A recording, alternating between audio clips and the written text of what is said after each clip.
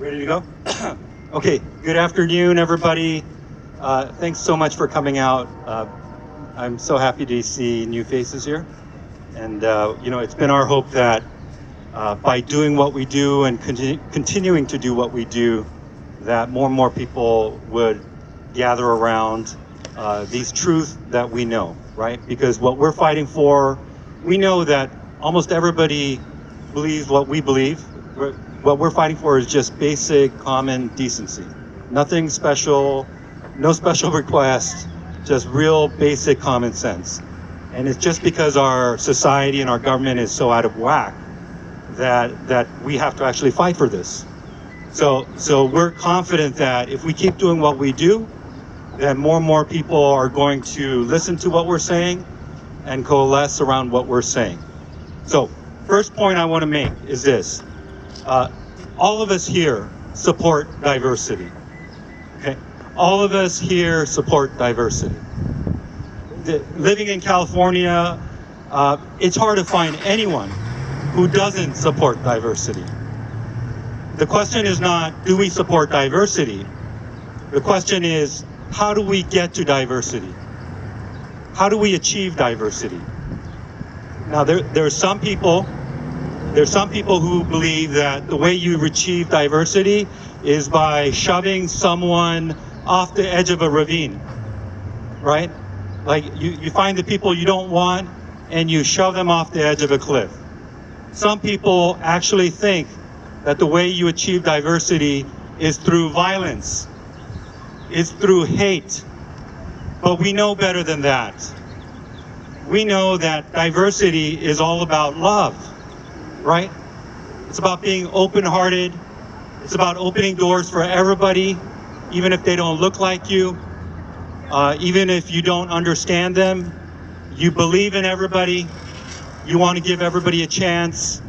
You reach out your hand to someone below you to pull them up, and you hope that someone will grab your hand and pull you up.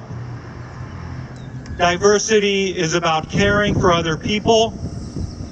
It's about gentleness and compassion. It's about strength, but it's definitely about love.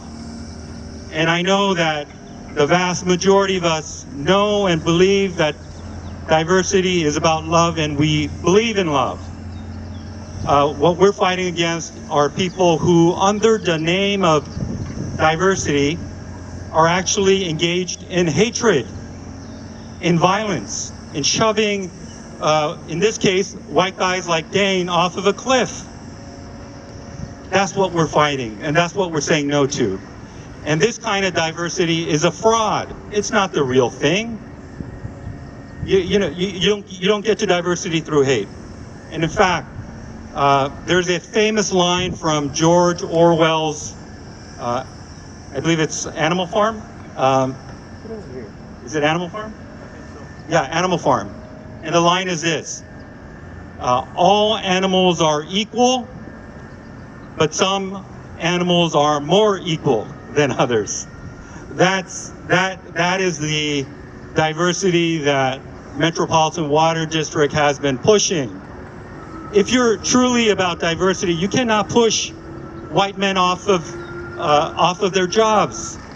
You can't trash a 20-year plus career person just because he's white. You got to care about everybody, all races. You can't be against any race. That's what real diversity is. Not this fake diversity, which is really nothing other than putting the people that support your power into positions of power. And it's actually not about color. That kind of diversity is, you got to support me and then you're the right color. That's what that diversity is all about. So one other thing I wanted to address about diversity, because this is a important question, and it's not a simple issue, but we can at least identify what the extremes are. The question is, when we try to achieve a diverse society, should we take into account ability? Right? Is that completely out of the question? Is your work ability to actually perform the job relevant at all? Again, the people who are pushing the extreme form of diversity, you don't even have to be qualified for the job, right? As long as you support them, you can have the job. You know, you may not know how to do the job. You may not know how to move water. Under your care, the water system might fall apart. But if you support their political power, then you are the right color and you are part of diversity. That can't be the right thing. America is one of the most explosively innovative, creative societies ever made under man. And that depends on rewarding ability, right? America has always been about, it's not perfect, but it's been about, you do a damn good job and you are going to be rewarded with success. If you allow politicians to dole out, okay, I'm going to give X number of jobs to this color and X number of jobs to this color. And by the way, the correct color is if you support me to be in a position of power. If that is the future of America, it will crush our economy. It will crush our entrepreneurship. We would never have developed rap music. If you're a fan of rap music like I am, it's one of the great inventions in modern music history. And it was created by Black communities in America, including Compton. Okay? Everybody does rap now all over the world, but it's an invention of America, and specifically of Black communities in America. Now imagine at the beginning of NWA, for example, right? One of the great rap groups, 4 Black males. Eazy-E, Dr. Dre, MC Ren, Ice Cube. Now imagine you had these politicians come in and say, you know what? We need to have just one Black rapper. We're gonna have a white rapper. We're gonna have a Mexican rapper, and we're gonna have an Asian rapper. So goodbye Ice Cube, goodbye Dr. Dre, goodbye MC Ren. Eazy-E, you can stay. Well, we can't really find a white rapper who's any good. Doesn't matter. Bring him in. The Asians, they don't even know what rap music is yet. Okay, doesn't matter. They'll learn.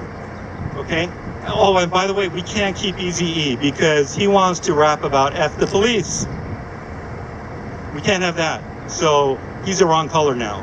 Go find a Black rapper who's going to rap about how wonderful the police are and how wonderful politicians are. And with this kind of diversity, you would have ruined NWA. You would have ruined rap music. You would have ruined one of the most beautiful things that has happened in America of late. So that's why we're fighting here for common sense. We're fighting here for common decency. We're fighting here for Dane, who suffered incredible injustice, and MWD owes Dane Crawford an apology for pursuing him with hate just because he's white, for throwing him off a cliff, destroying his career, and MWD owes his family an apology for flying an aircraft over his house. It had MWD signage on it. There was no reason for the aircraft to be out there. It flew low over his house, and once over his house, it banked to the right and left. Well, how dare the government fly aircraft and violate the sanctity of our family and of our homes? Do they serve us anymore? Or do they serve somebody else? Are we their servants or do they serve us? How dare MWD violate the sanctity of Dane Crawford's house? So we expect an apology for all those reasons. One last thing, something of interesting to note, which is, I won't take up your time any further. Just one last thing. About 8 weeks ago, I experienced total brake failure. I don't know if you know what that is. That's when you press on your brake pedal, goes all the way to the bottom, and there's no braking power. And at first, I was blaming the car, but it's just a 10-year-old car, and brake failures on 10-year-old cars are really not, they don't happen. I'm going to make a further YouTube video about it. I don't know why the brake failure happened, and I don't know if it was natural or whether there was any foul play involved. If there was foul play involved, I don't know where it came from. I work on a lot of different cases. I work on more than one high-profile matter. But I figure for my own protection, I should just make it public. And I'll be doing an extensive video on the brake failure. And if there's any car guys out there, mechanics out there, engineers out there, please take a look at the video and let me know what you think. And again, I have no idea if that was natural or foul play. I have no idea where it came from, if it was foul play. But I figure Dane has a channel, and I can put up on his channel, and it would be a good way for me to document what happened. So thank you folks for coming out. Thank you everybody who's listening to us, and please support Dane Crawford. Thank you. Get out of our towns.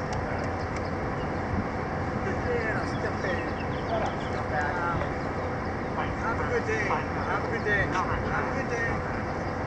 Have a good day. I think we're good. How you doing?